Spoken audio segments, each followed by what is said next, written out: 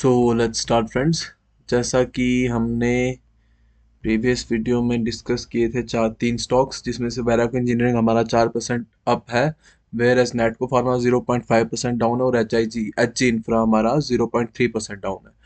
तो कल मंडे के लिए लगभग चार स्टॉक्स हैं जो मेरी नज़र में रहेंगे। फर्स्ट ऑफ ऑल जो पहला स्टॉक है वो रहेगा Reliance Industries. Reliance Industries as we can see extra large market cap है। फंडामेंटली अगर देखें तो 17 लाख समथिंग करोड़ का इसका मार्केट कैप है, वेयर स्टॉक पी 25.4 का है और इंडस्ट्रियल पी 21.3, फेयरली वैल्यू लग रहा है। R O C and R O E दोनों ठीक ठीक है, 9.61 9.25। Then debt to equity ratio 0.44 and interest coverage ratio 5.34, बहुत अच्छा है ये भी। प्रमोटर होल्डिंग की बात करी तो 50.2% के आसपास प्रमोटर होल्डिंग है, where current ratio is 1.08।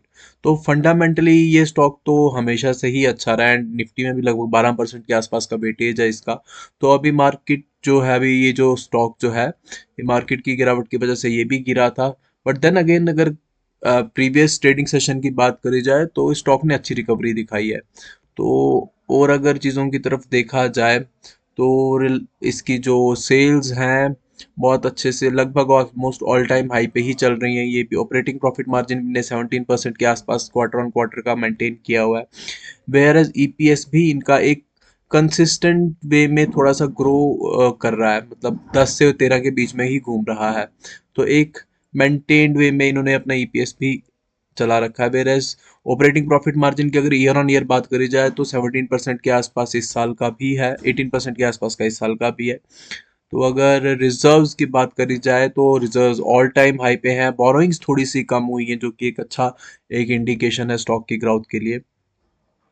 Then share holding pattern की बात करी जाए तो 50% इसमें प्रमोटर्स हैं, एफ आई आईज का अच्छा खासा स्टेक है 20% के आसपास, whereas D I Is का भी अच्छा खासा स्टेक है अराउंड 18.5%, वेयर एज पब्लिक के पास 11% और गवर्नमेंट के पास 0.18%। तो टेक्निकली अगर देखा जाए तो मेरा रीज़न इसमें ये था एंट्री बनाने का।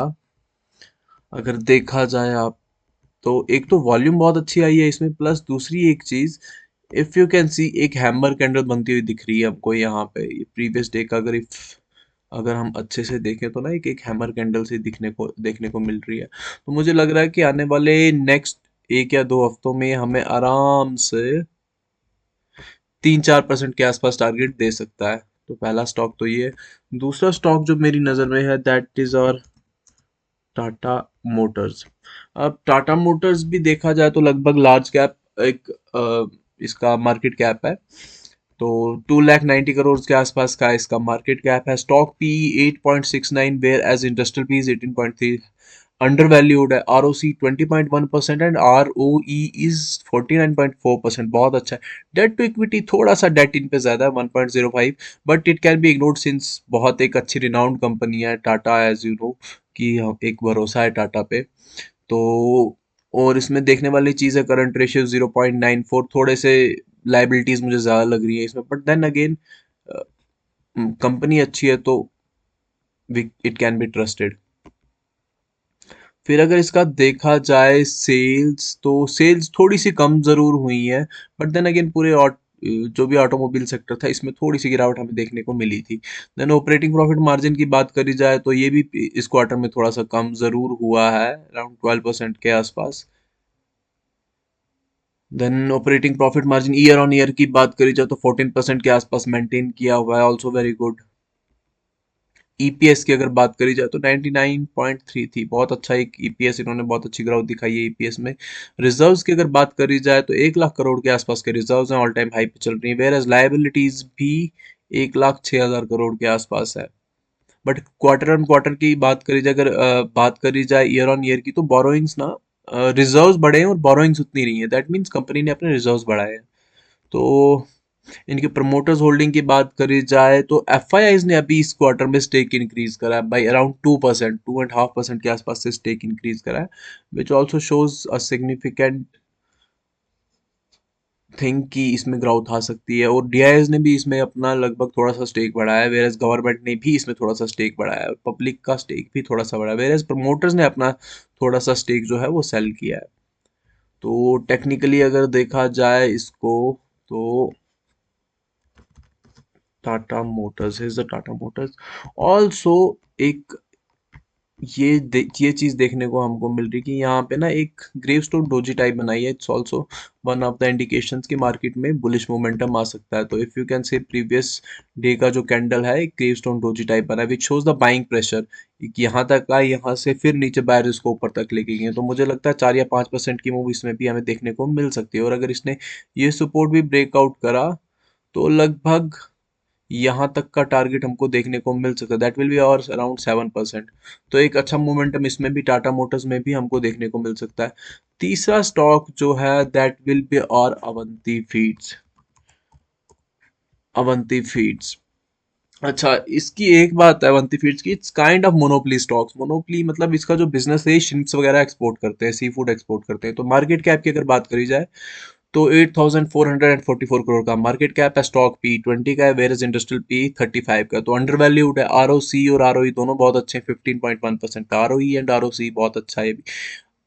अब इंटरेस्ट कवरेज रेशो देख, यहाँ पे देखने वाली चीज है। 307 का इनका इंटरेस्ट कवरेज रेशो है, जो कि अगर एक से ऊपर भी हो तो अच्छा माना जाता है। इनका तो 307 का है। Then EPS is also very good. 30.7 का रुपीज का इनका EPS अर्निंग पर शेयर है। देन अगेन करंट रेशो की बात करी जाए तो 5.45। दैट मीन्स कंपनी के एसेट्स जो हैं वो 6 टाइम्स ज्यादा हैं कंपनी की लायबिलिटीज से। एंड डेट टू इक्विटी की बात करी जाए तो almost zero debt, 0.01, that is negligible. तो मुझे लगता है ये एक, इसको लॉन्ग टर्म के लिए भी होल्ड किया जा सकता है। एक अच्छा स्टॉक ये प्रूव हो सकता है इन द लॉन्ग टर्म। अगर सेल्स की बात करी जाए तो सेल्स इस क्वार्टर में थोड़ी सी कम जरूर हुई हैं। और ऑपरेटिंग प्रॉफिट मार्जिन की बात करी जाए तो 10% के आसपास इस क्वार्टर का था। वेरएज ईपीएस अगर आप देखें ना, ईपीएस की कॉन्टिन्यूस ग्रोथ हमको देखने को मिल रही है। देन अगेन इस क्वार्टर में थोड़ा सा कम जरूर हुआ है, बट देन अगेन छोटा मोटी गिरावट चलती रहती है। ऑपरेटिंग प्रॉफिट मार्जिन अगर ईयर ऑन ईयर की बात करी जाए 10% के आसपास इन्होंने मेंटेन किया हुआ है। और अगर सेल्स की बात करी जाए तो सेल्स भी ऑलमोस्ट ऑल टाइम हाई पे हैं इस साल की भी। तो EPS if we can see 2 से स्टार्ट करा था एंड अभी धीरे धीरे इंक्रीज होते होते बहुत अच्छा इंक्रीज ने 30.71 का ईपीएस ने अभी रखा हुआ है। रिजर्व्स की बात करी जाए तो रिजर्व्स कंपनी के ऑलमोस्ट ऑल टाइम हाई पे हैं। वेयर बोरोइंग्स ना के बराबर है बिल्कुल। 16 करोड़ इज नथिंग।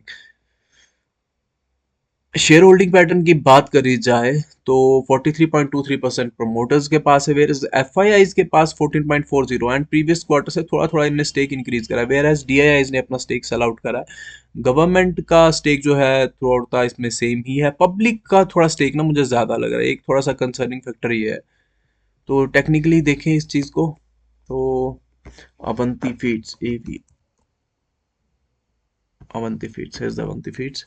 तो एक ना इट्स अ काइंड ऑफ, अगर देखा जाए तो एक अ, एक अच्छा बेस ना बना रहा है यहाँ पे। तो अगर इसको थोड़ा सा टेक्निकली अगर हम देखें तो पहला सपोर्ट तो हमारे पास ये आ रहा है यहाँ पे। ओके। तो यहाँ से एक अच्छा 200 EMA का सपोर्ट भी है अपने आसपास। और रिसेंटली अभी इसने एक एक हैमर कैंडल भी बनाई है। तो एक छोटा सा एक रेजिस्टेंस हमको यहाँ पे देखने को मिल रहा है। So this is the resistance. और रेजिस्टेंस को ब्रेक करके इसने यहाँ पे एक अपना ना एक हैमर बनाया हुआ है। तो यहाँ से हमें चार और पिछले देख सकते हैं, प्रीवियसली पिछले हफ्ते में कोई खास मूवमेंट तो रही नहीं है। तो आराम से मुझे लगता है लगभग 4 या 5% के आसपास, इसमें 4% के आसपास मूव इसमें भी एक्सपेक्टेड है। 4% हमें ये दे सकता है आराम से। तो the fourth stock will be R Amaraja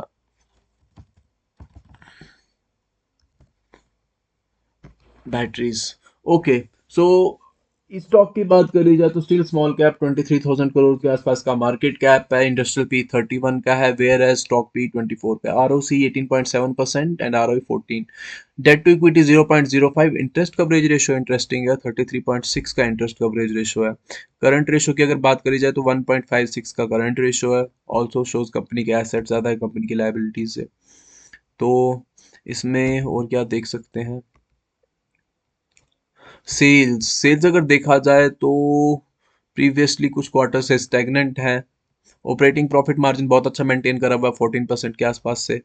then operating profit margin अगर ईयर ऑन ईयर की बात करी जाए तो ये भी 14% पिछले 3 साल का 14% के आसपास का मेंटेन्ड है। ईपीएस की बात करी जाए तो कॉन्टिन्यूसली ईपीएस जो है ग्रो करे जा रहा है और इस टाइम पे 53 ऑल टाइम हाई पे ईपीएस चल रहा है इनका भी।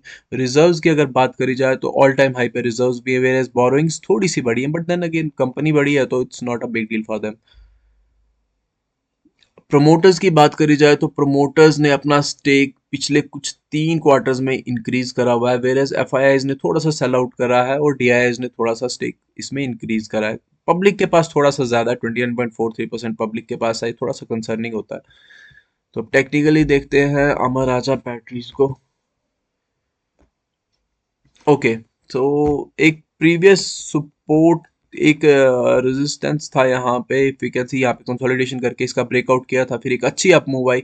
देन अगेन यहाँ पे इस सपोर्ट को ना एक इस सपोर्ट को भी रीटेस्ट करके थोड़ा सा ऊपर गया, तो मुझे लगता है आने वाले नेक्स्ट वीक में ये भी हमें 4 या 5% के आसपास टारगेट आराम से दे सकता है, 5% के आसपास।